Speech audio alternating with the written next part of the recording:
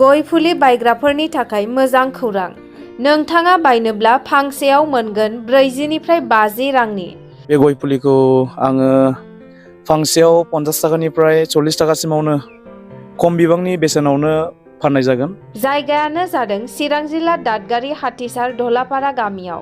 बेयो जोंनि दादगारि ओनसोलनिनो धलापारा गामि।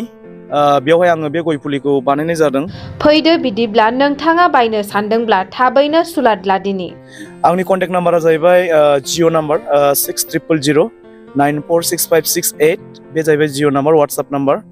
ओमफ्राय मोनसे दंबावो 8811926242। बे कन्टेक्ट कन्टेक्ट खालामोब्लानो आंखौ मोननो हागोन आरो बे गय फुलिखौ बायनानै लांनो हागोन।